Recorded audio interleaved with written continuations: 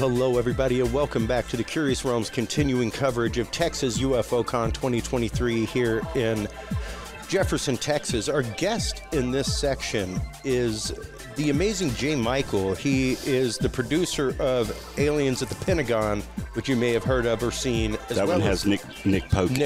Yep. Nick Pope. As well as Alien Moon. And the video that he is showing this year, Alien Contact, the Pascagoula Encounter. This is an encounter that has popped up in so many places over the last couple years. Philip Mantle has written a book about it, all kinds of things. And it's really interesting to see this case getting really its heyday now, even though it happened so long ago. It's October 11th, 1973. I remember it well. Wow. And last year we spoke a little bit about you actively remembering the case from when you were a kid. Let's get into the facts of the case as they stand and what has brought this about to the modern light that it's in, Jay. Okay, well, for years after 73, Calvin stayed away from any media attention. Yeah. And Charlie was the one that told the story mostly. And he would go to conventions. He had a book. He had a VHS tape out called In Contact. And he was pretty much the face of the Pascagoula incident. But then a few years ago, Calvin decided that he wasn't going to be silent anymore. He was going to come forward. He actually had tried a couple of times to come forward, and he would go to a convention or something, and he'd get scared. Like people like, oh, they all want me. It's a lot. Yeah, it's a lot. He would retreat again.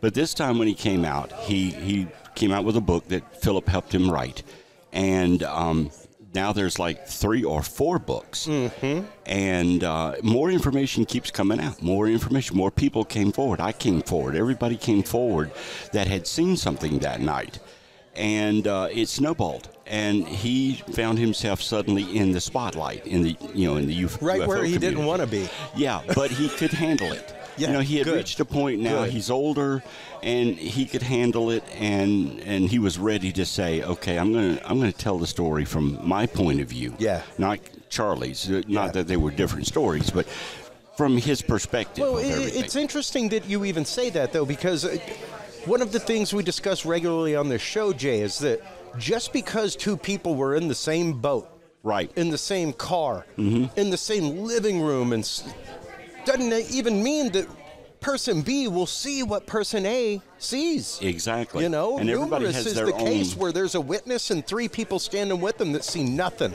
Right.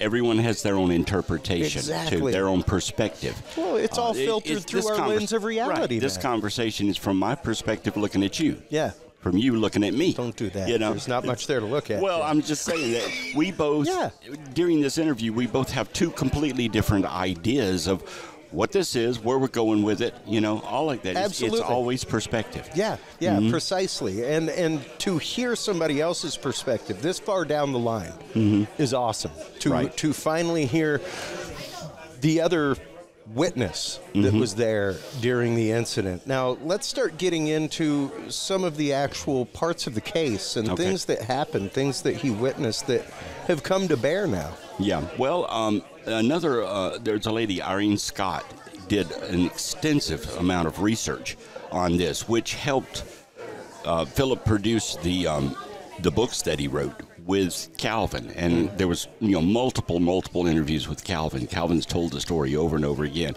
And sometimes even Calvin himself would remember something because somebody would say something. And that happens with me, too. It was 1973. I was 12 years old when I saw the thing coming in first, but somebody can say something, and I go, oh yeah, I remember that happened too, or that, but you don't just up and think of it, something has to kind of trigger those things. So one of the things that I think that has happened is Philip's been very, very good at triggering Calvin to remember certain aspects and all, and they'll go find some documentation where he was hypnotized by Bud Hopkins.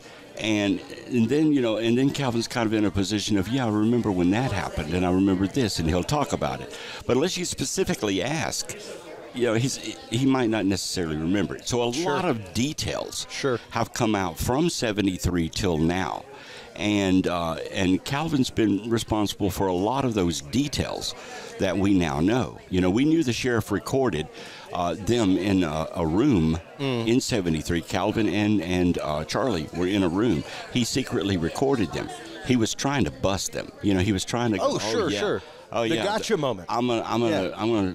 But you said 20 minutes ago this. Yeah, and so he secretly recorded them.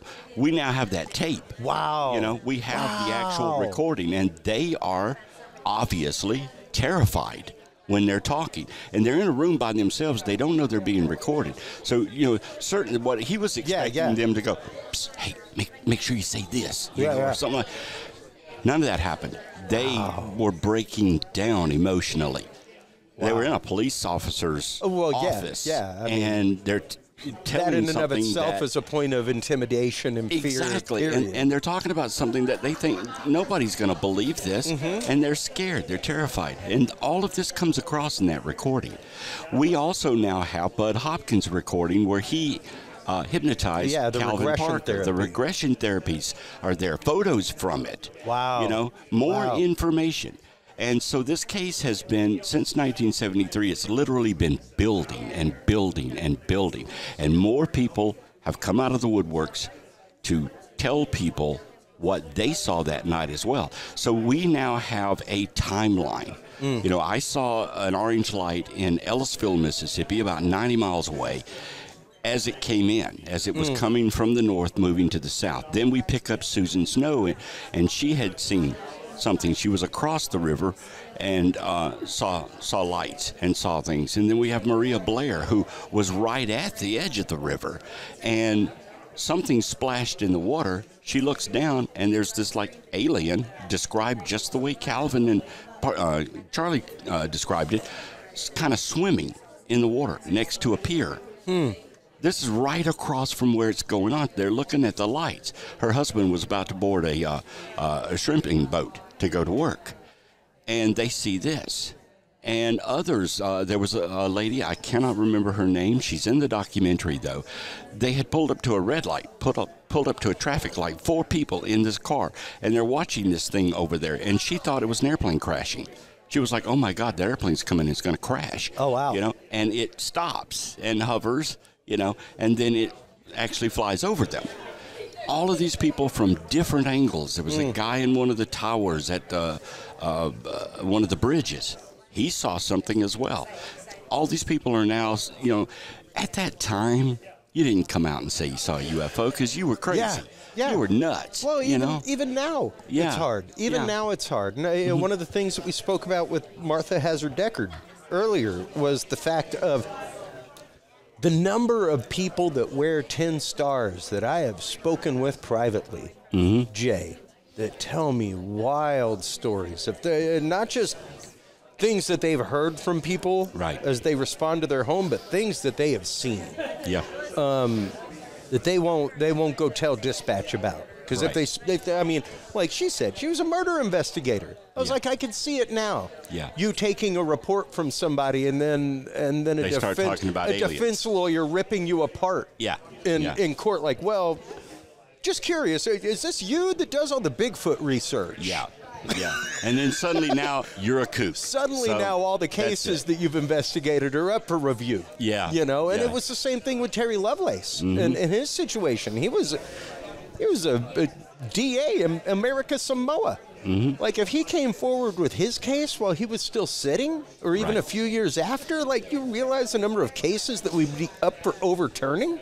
And the governor of Arizona, when the Phoenix Lights happened, I mean, Fife, he publicly made fun of it. I know. I mean, he intentionally. And then after he's out of office, he comes back and goes, "Oh yeah, I saw it that night." I witnessed it. I witnessed it. Yeah. And that's just it. Even the conversation that we just had with MUFON, the fact of 1973, you didn't give your witness statement in 1973. No, I never told anyone. You didn't tell anybody about this. No, I thought people would think I'm a crazy kid. But it doesn't mean that the data that you give regarding your sighting is invalidated. As a matter of fact, it helps validate other people's stories that are involved. Right. Because now we have a timeline. Yeah. We can literally track this thing coming in, where it went into Pensacola, where it was on the side of the river, exactly where Calvin says. Yeah. You got multiple points of eyewitnesses around it, and then how it exited.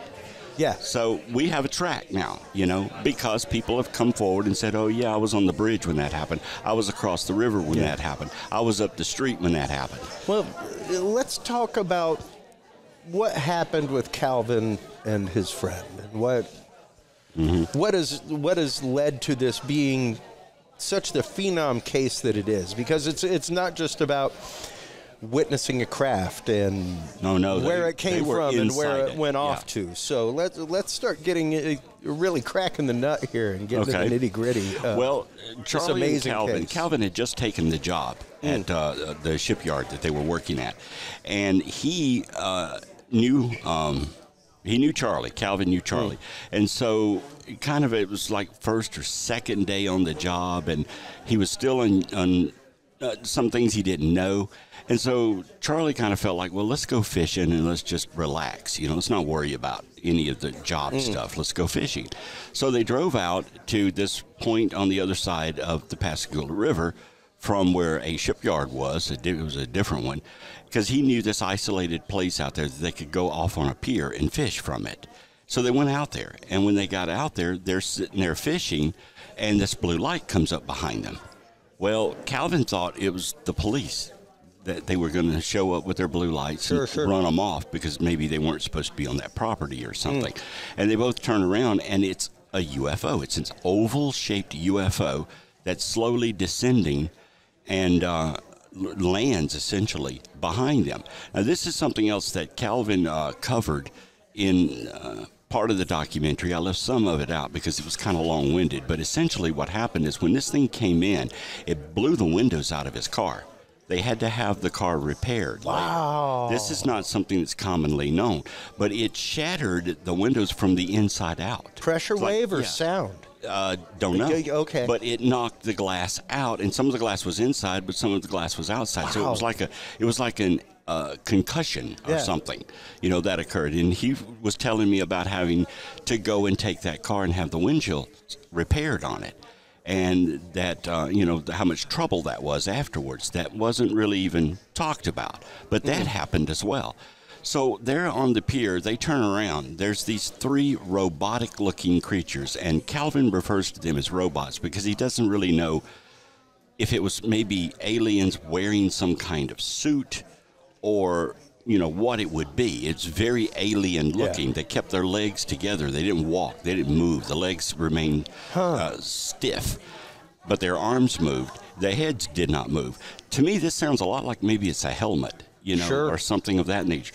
He described, both Charlie and Calvin described crab claw-like hands. And the media picked up on that made jokes about their crab claw. Yeah. But it was like mittens, it was just, didn't have individual fingers. Like my little gourd. Yeah, like your little gourd there, just like a mitten. Yeah. And when this thing came out, Calvin describes that it grabbed him by the arm, and when it did, he heard like it had shot him up with something. It was like a hissing sound, like a hypo spray on Star Trek. Or something like that. It was just like that. And he said he got very, very weak and dizzy and, and just it was like knocking him out. Well, the original story was Calvin was taken on board, but he never woke up. And he didn't wake up until outside the craft later. And Charlie was the one that told his story about what happened inside. But Calvin told a little white lie. He did wake up inside. He was just so terrified, he didn't want to tell anybody. And he didn't want the media attention at that time. Yeah. Because the media was all over both of them. So the way he got out of it was he would just say, I passed out. And I don't have anything to say. I just passed out, and then it was over, and that was the end of it.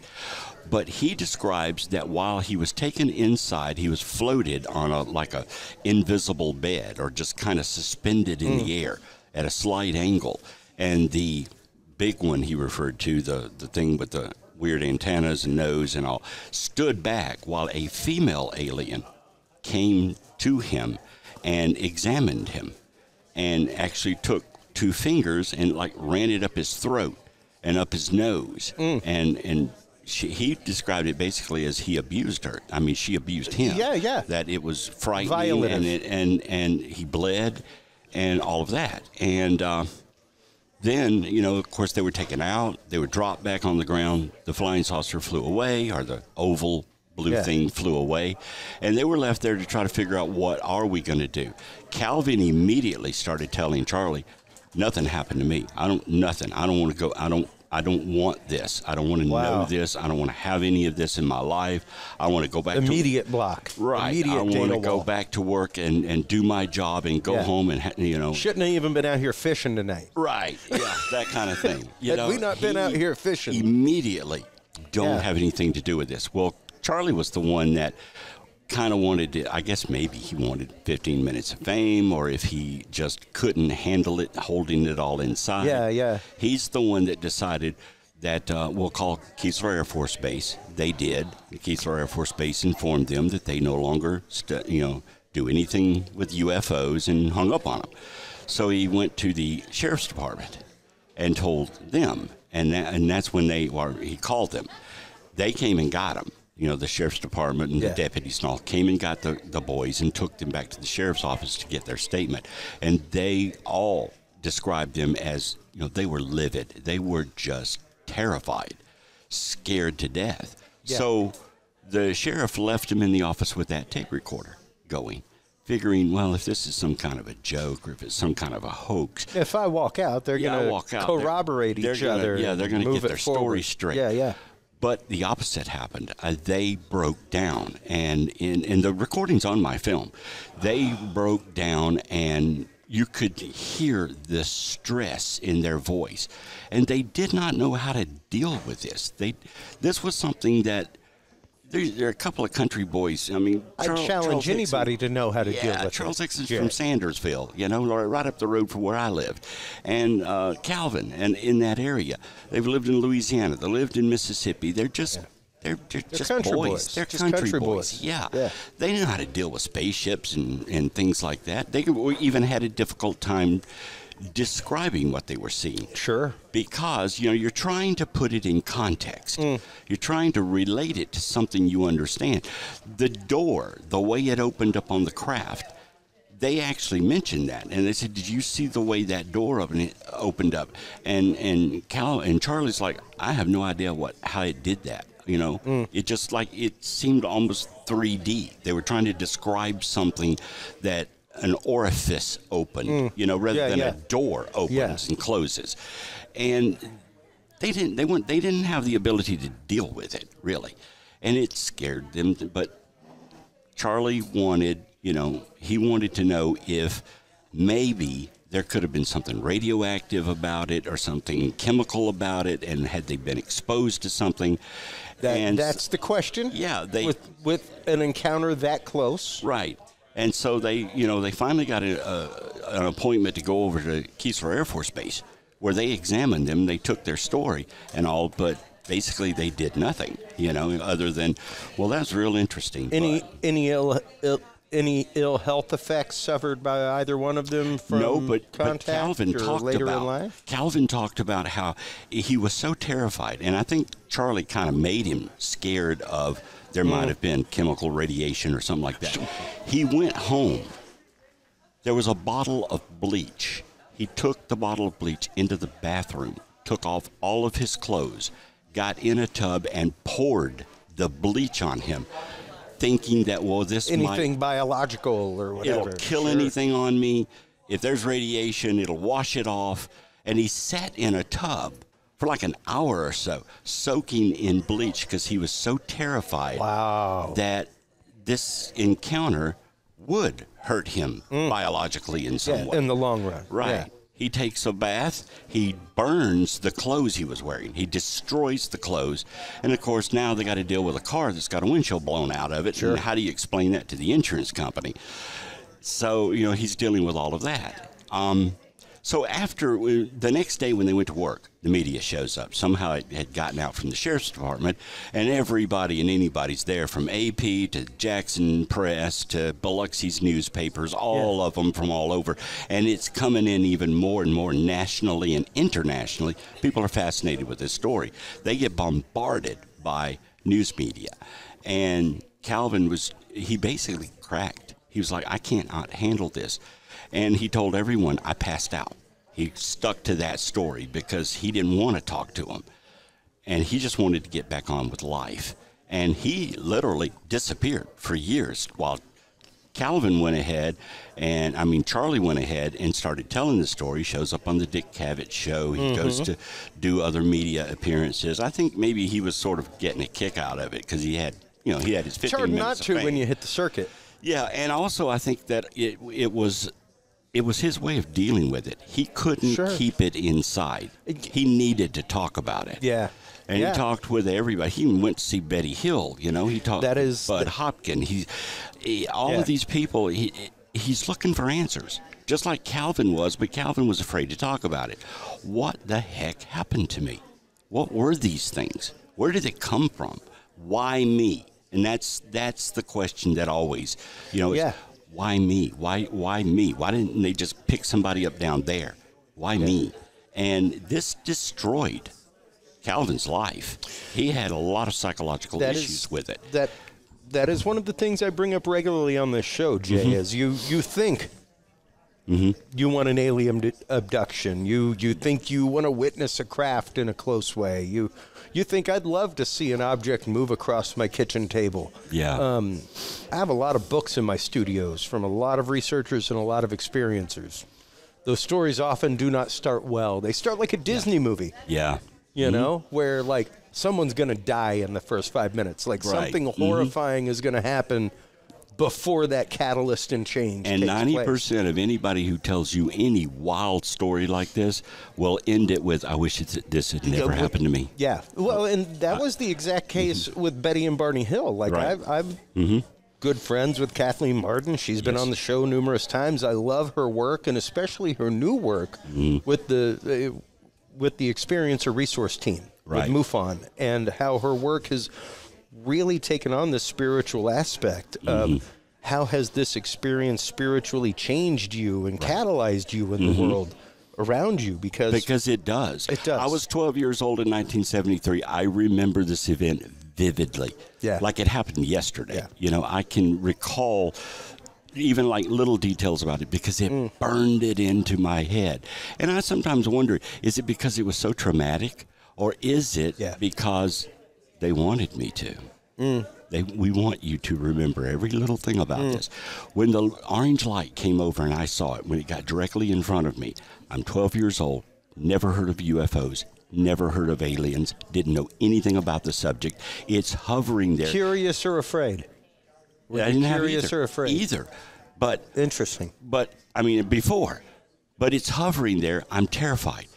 Calvin once made a statement about it. He said that it was like you stepped on a rattlesnake. You just froze. I was riveted in place. I could not move.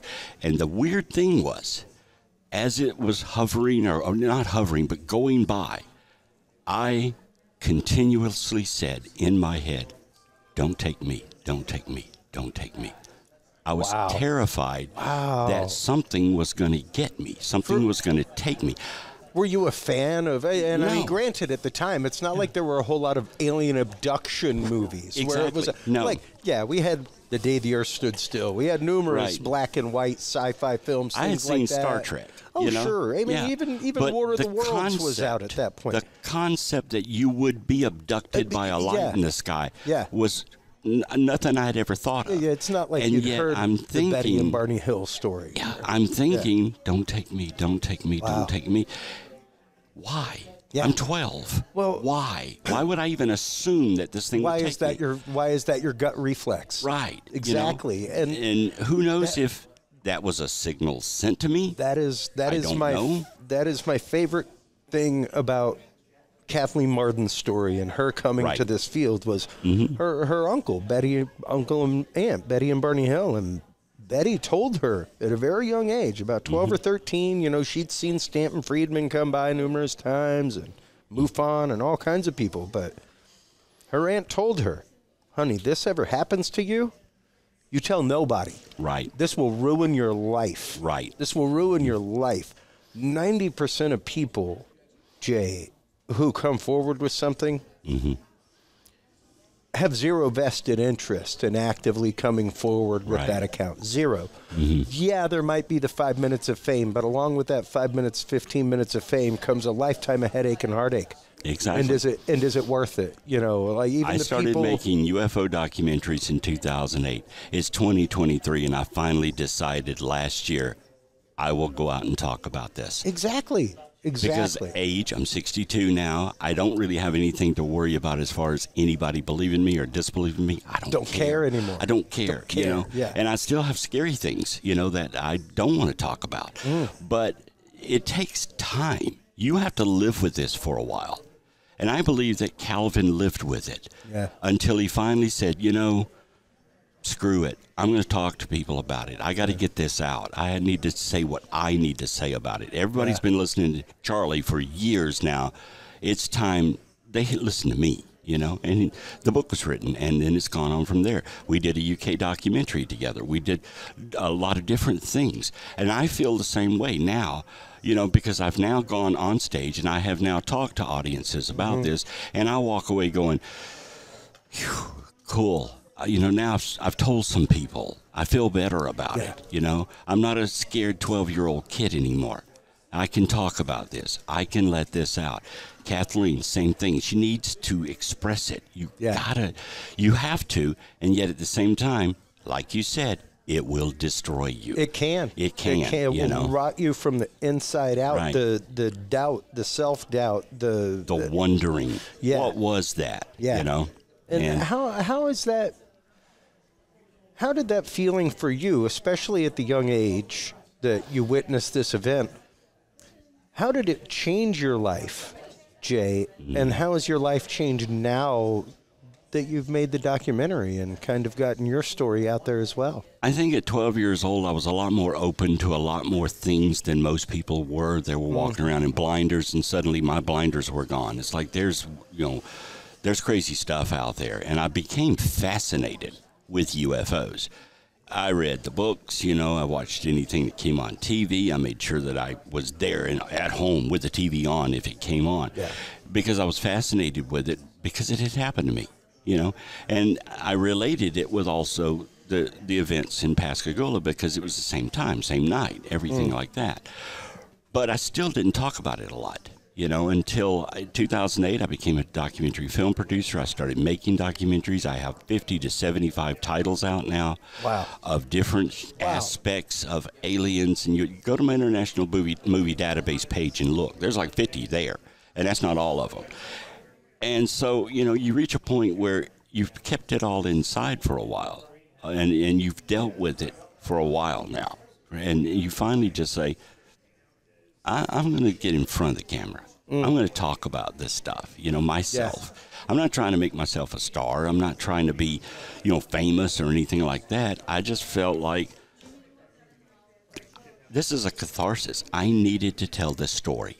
I needed this out there. That is the story I hear from more and more experiencers whenever I read their book and talk to them about them. You can't hold it inside. I would tell anyone, if you have had it, once you come to that point where you come to terms with it, and you're like, okay, now I can think about it and I don't tremble. You know, I'm okay. Go out and start talking to people about it. Or find a therapist before then, you know, and talk to them. You know, one of the things we speak about regularly is the way that these experiences drive a wedge, Jay, in relationships. The prime example I bring up all the time is Terry Lovelace and his EMT partner, who he had the experience in Devil's Den with. They both saw it. They both acknowledged it. They never spoke about it. And that question from both of them drove a wedge in between them for the rest of their life. Right. Charlie and Calvin rarely spoke. I was just about to say, let's get into that, because that's something that not a lot of people realize. It's not like these two dudes hung out for years after the event. No. And stayed good friends and everything else. Yeah, they knew each other. They knew each other. They were friends, but they did not see each other very often. Yeah, it's not like they went to Sunday dinner at each other's or go house to a movie or go or something. shoot pool on Thursdays. No. Yeah. Calvin did everything he could to disappear. I mean, he literally wanted to disappear. He went off and worked for a Louisiana company, I think as a doodlebugger for an oil company, oil reel. He actually had a ministry for a while. Oh, wow. Yeah, he wanted to be a preacher. Know that. You know, he had a ministry for a while. He tried to start a UFO organization in Louisiana, and then it just kind of fell apart before it got going. It was just various different ways to cope with this. I mean, think about it. You change jobs. You go to a completely different kind of job. You even try to start a ministry because you don't really know what you're about anymore either. Right. Finally, you figure out, well, let's just do a UFO thing. Well, you didn't really know how to do that. That didn't work out. This is a psychological snowball effect. Yes. It's like, one thing leads to another until finally Philip, Mantell gets in touch with him about his encounter, and he's like, it's time to talk about it. Let's do the book.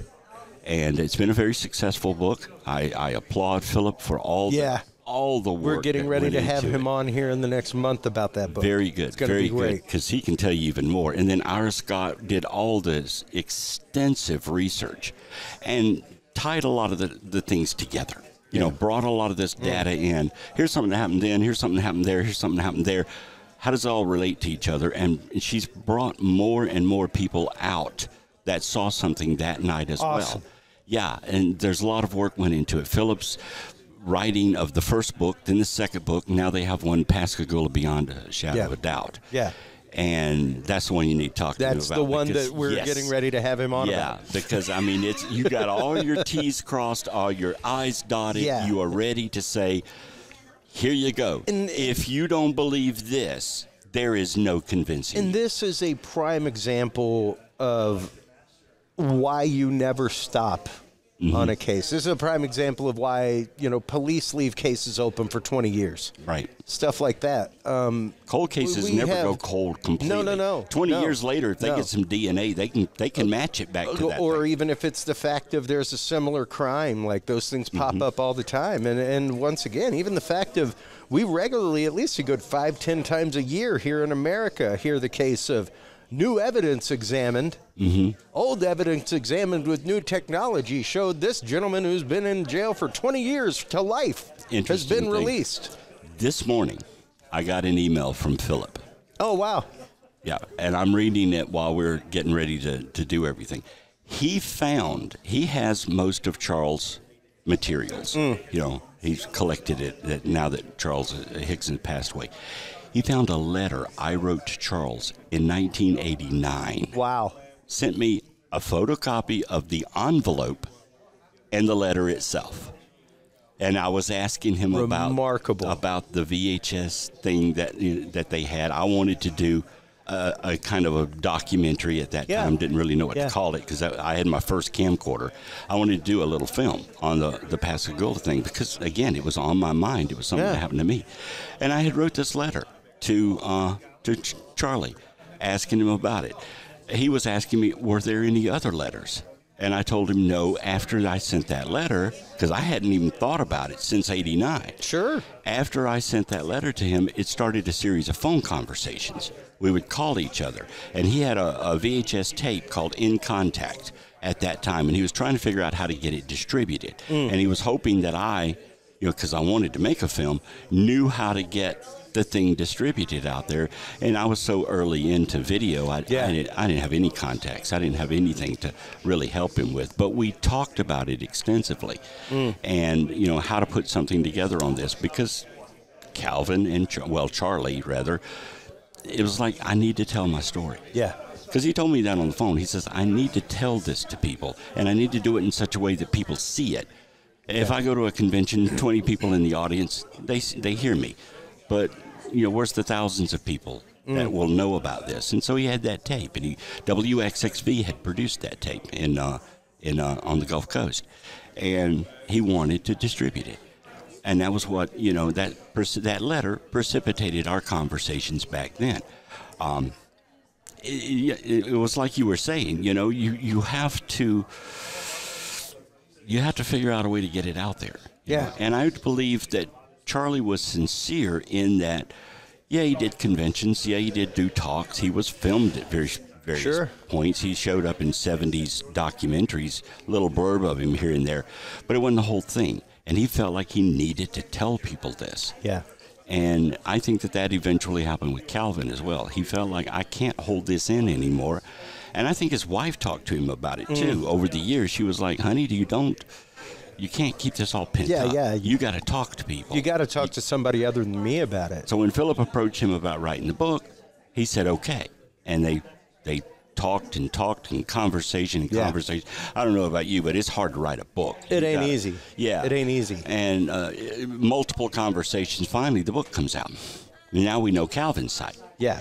We didn't know that before. And not just that, but once again, it's the opportunity, now that we know Calvin's side, to go back with new evidentiary means, new ways of looking at evidence and testimonies and everything else, new ways of examining all of that, and repiecing it back together with a new integral facet to that gem of a story. I'm convinced that Keesler Air Force Base, at the very least, made a file. Because, first of all, they went there, and they examined them for radiation and all. They interviewed them. They talked with them. They asked them multiple questions. But I believe that Keesler Air Force Base has some kind of documentation around that time period on file somewhere, and I would love to get my hands on that. That would be I would an love incredible to see piece of what gold. they thought, Yeah. Because you got two guys shows up here, adamant that check us for radiation. There's something wrong. There's something happened to us. And though they may have treated it like, it's a UFO story or whatever, some of them were very serious. Yeah. And I know you don't do anything with the Air Force that doesn't get written down. Yep. I mean, it's all in a file documented. somewhere. It's all documented. Yeah. So I would love to see that. Absolutely, absolutely. And speaking of love to see, I cannot wait till this evening after dinner when we get to watch Alien Contact, the Pascagoula Encounter. Yeah. Let everybody know where they can go to get their copy of this. I know I got mine on Amazon. I got one from you last year, all kinds of things. You can watch it for free on YouTube, but you kind of have to dig it up. You got to search the exact title. Yeah, make sure you're getting, and it will have this artwork, folks, just so you know. Yeah, it'll have look that artwork. for that artwork. And so you can watch it free on YouTube. Tubi has it, I think. I want to say it may be on Freevee as well, if I'm not mistaken. It may very well be. I don't know all of them, but I know there are streaming services out there that it's either a couple of bucks pay-per-view or you can watch it for free.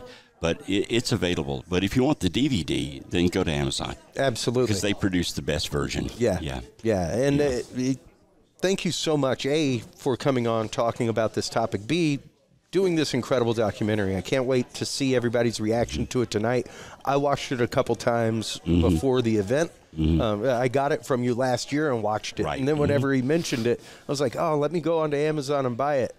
2 days later, I went through and started reorganizing all my bookshelves from guest stuff and found your DVD. I was like, oh, look at that. I already had it. You already had it. I could have ripped it.